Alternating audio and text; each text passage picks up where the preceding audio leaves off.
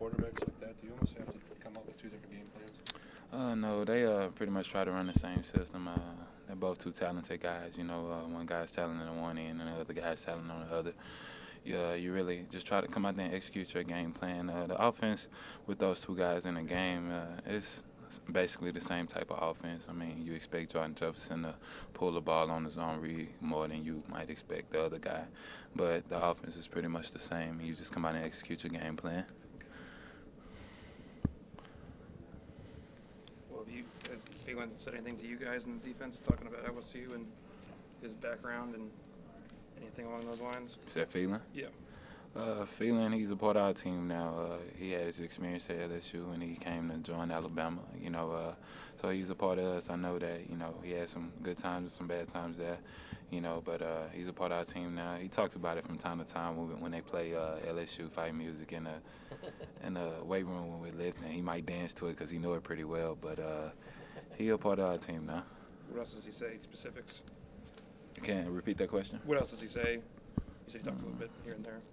I mean, I'm pretty sure it's a game that he want to play in. Anybody wants to go back, and play against LSU if you transfer from there, So I know he's up and excited about this one, probably a little bit more than others, but it's one game at a time. Sorry if you've already been asked you this, but let's talk about the difference between rushing a drop back passer and rushing a guy like Jefferson that can hurt you with his feet. Rushing a guy like Jefferson, you want to keep him in front of you. You really can't be too speedy around the edge. You don't want to get pushed by the quarterback or things like that. And then when a guy like Matt, you kind of the other guy, you kind of pin your ears back and go get him. So it's a little bit more respect for Jordan's feet than with the other guy. You appreciate that as a pass rusher on the edge.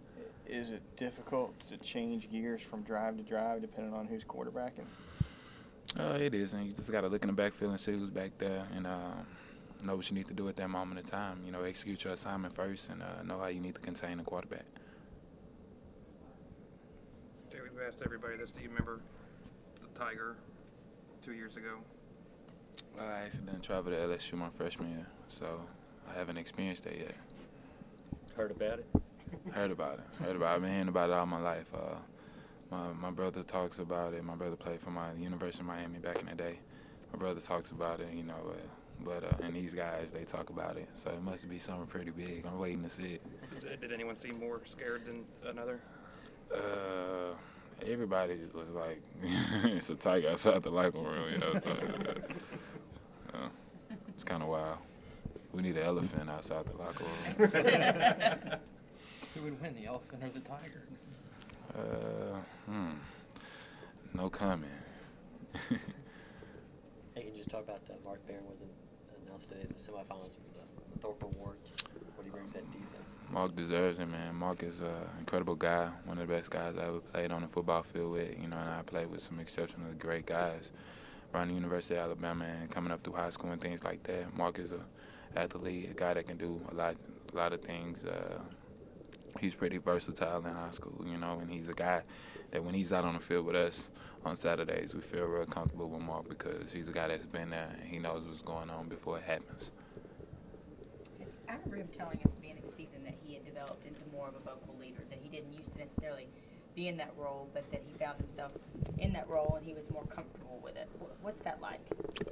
When you're out there with guys like Rolando, which he once was, and Woodall, Justin Woodall, and Rashad Johnson and people like that, you don't really have to be that vocal, and it's kind of, tempting to be that vocal because those guys are the leaders. So you kind of tend to take that back seat and, listen what's going on and observe because, one day you will have to be vocal. Mark is not a guy that talk a lot. If he opens his mouth, it's important, so you might want to listen.